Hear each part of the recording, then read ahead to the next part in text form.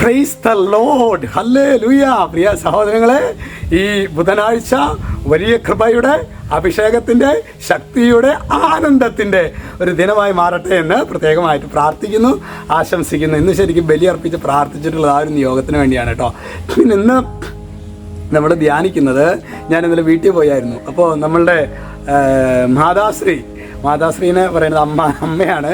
മാതാശ്രീ പറഞ്ഞൊരു കാര്യം, നീ പറ്റുവാണെങ്കിൽ നാളെ നിനക്ക് ഈ വചനം അറിയുക, 59 ഏശയ്യ 59:21. അപ്പോൾ ഞാൻ പറഞ്ഞു എനിക്കറിയില്ല, 59 ഒന്നും നമുക്കറിയാം, രക്ഷിക്കാൻ കഴിയാത്ത വിധം അല്ലേ, എനിക്കറിയില്ല. നീ പറ്റുവാണെങ്കിൽ എന്നോട് ആദ്യമായിട്ടാണ് പറയണത് ഈ വചനം പറയുകയാണെങ്കിൽ നന്നായിരിക്കും. അപ്പോൾ ശരിക്കും എനിക്ക് കിട്ടിയ വചനമല്ല, അതെൻ്റെ അമ്മയ്ക്ക് കിട്ടിയിട്ടുള്ള വചനമാണ് ഇന്ന് നമ്മൾ ധ്യാനിക്കുന്നത്. അതിൽ ശരിക്കും പ്രത്യേകിച്ച് നമ്മൾ ഈ 15-ാം തീയതി നമ്മുടെ ആംഗണ്ടൂർ സെൻറ്റ് തോമസ് ദേവാലയത്തിൽ പ്രമാണ ലംഘനങ്ങൾ വഴി കുടുംബങ്ങളിലേക്ക് കടന്നു വന്നുള്ള പൈശാചിക പീഡകൾക്കെതിരെ 4:15 പരിശുദ്ധ കുർബാന എഴുന്നള്ളിച്ച് ജപമാല ചൊല്ലി 5 മണിക്ക് ബലിയർപ്പിച്ച് പ്രാർത്ഥിക്കും. പിന്നൊരു ആരാധന ശുശ്രൂഷ ഉണ്ടായിരിക്കും, പിന്നൊരു വചന ശുശ്രൂഷ ഉണ്ടായിരിക്കും. അപ്പോൾ അങ്ങനെ ശരിക്കും ശക്തമായൊരു ശുശ്രൂഷയാണ്. അതിൻ്റെയൊക്കെ ശരിക്കും ഒരു ഔട്ട്കം എന്ന് പറയുന്ന ഒരു സംഭവമാണ് നമ്മുടെ മാതാശ്രീക്ക് കർത്താവ് വെളിപ്പെടുത്തി കൊടുത്തിട്ടുള്ളത്.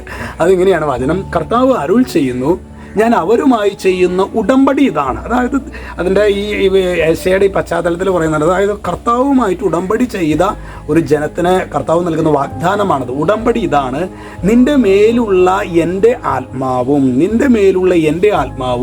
നിൻ്റെ അധരങ്ങളിൽ ഞാൻ നിക്ഷേപിച്ച വചനങ്ങളും നിൻ്റെയോ നിൻ്റെ സന്താനങ്ങളുടെയോ അവരുടെ സന്താനങ്ങളുടെയോ അധരങ്ങളിൽ നിന്ന് ഇനി ഒരിക്കലും അകന്നു പോവുകയില്ല. കർത്താവാണ് ഇത് അരുൾ ചെയ്യുന്നത്. അതായത് ശാശ്വതമായ ഒരു ഐശ്വര്യം, ശാശ്വതമായ ഒരു ആനന്ദം, അതായത് മരണത്തോട് കഴിയുന്നതല്ല, മരണത്തിൽ നിന്ന് നിത്യതയുടെ അടുത്ത ഘട്ടത്തിലേക്ക് അത് പ്രവേശിക്കുകയാണ്. ഹല്ലേലൂയ. അതുകൊണ്ട് പ്രിയ സഹോദരങ്ങൾ, ഈ വചനം ഇച്ചിരി വലിയ വചനമാണെന്ന് അറിയാം, എന്നാലും നിങ്ങളിത് ഇരിക്കണം.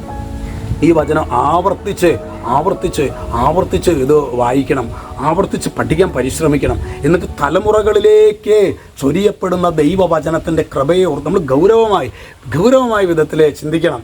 അതുപോലെ തന്നെ നിങ്ങൾ വരുന്ന ഞായറാഴ്ച ദിനത്തിൽ നിങ്ങൾ ഏങ്ങണ്ടിയൂർ ഇടവകയ്ക്ക് വേണ്ടി നിങ്ങൾ പ്രത്യേകമായിട്ട് പ്രാർത്ഥിക്കണം. നിങ്ങൾക്ക് ആർക്കെങ്കിലും ഏങ്ങണ്ടിയൂർ ഇടവകയിൽ അന്ന് ശുശ്രൂഷയിൽ പങ്കെടുക്കണമെന്ന് ആഗ്രഹമുണ്ടെങ്കിൽ യു മോസ്റ്റ് വെൽക്കം. നിങ്ങൾ പ്രത്യേകമായിട്ട് യേശുനാമത്തിൽ അച്ഛൻ സെൻറ്റ് തോമസ് ദേവാലയം ഏങ്ങണ്ടിയൂരിലേക്ക് ക്ഷണിക്കുക കൂടി നമ്മൾ ചെയ്യുന്നു. നമ്മുടെ ഏങ്ങണ്ടിയൂർ ഇടവക്കാർക്ക് വേണ്ടിയിട്ടുള്ളൊരു ശുശ്രൂഷയാണത്. എന്നാലും നിങ്ങൾ അത്യാവശ്യം ആരെങ്കിലുമൊക്കെ താല്പര്യമുണ്ടെങ്കിൽ നിങ്ങൾക്ക് വരാവുന്നതാണ് കേട്ടോ. ഈശോ നിങ്ങളെ സമൃദ്ധമായിട്ട് അനുഗ്രഹിക്കട്ടെ. രക്ഷിതാവ് യേശു ക്രിസ്തുവിൻ്റെ നാമത്തിൽ ആശീർവദിക്കുന്നു, ഇപ്പോഴും എപ്പോഴും എന്നേക്കും. ആമേൻ.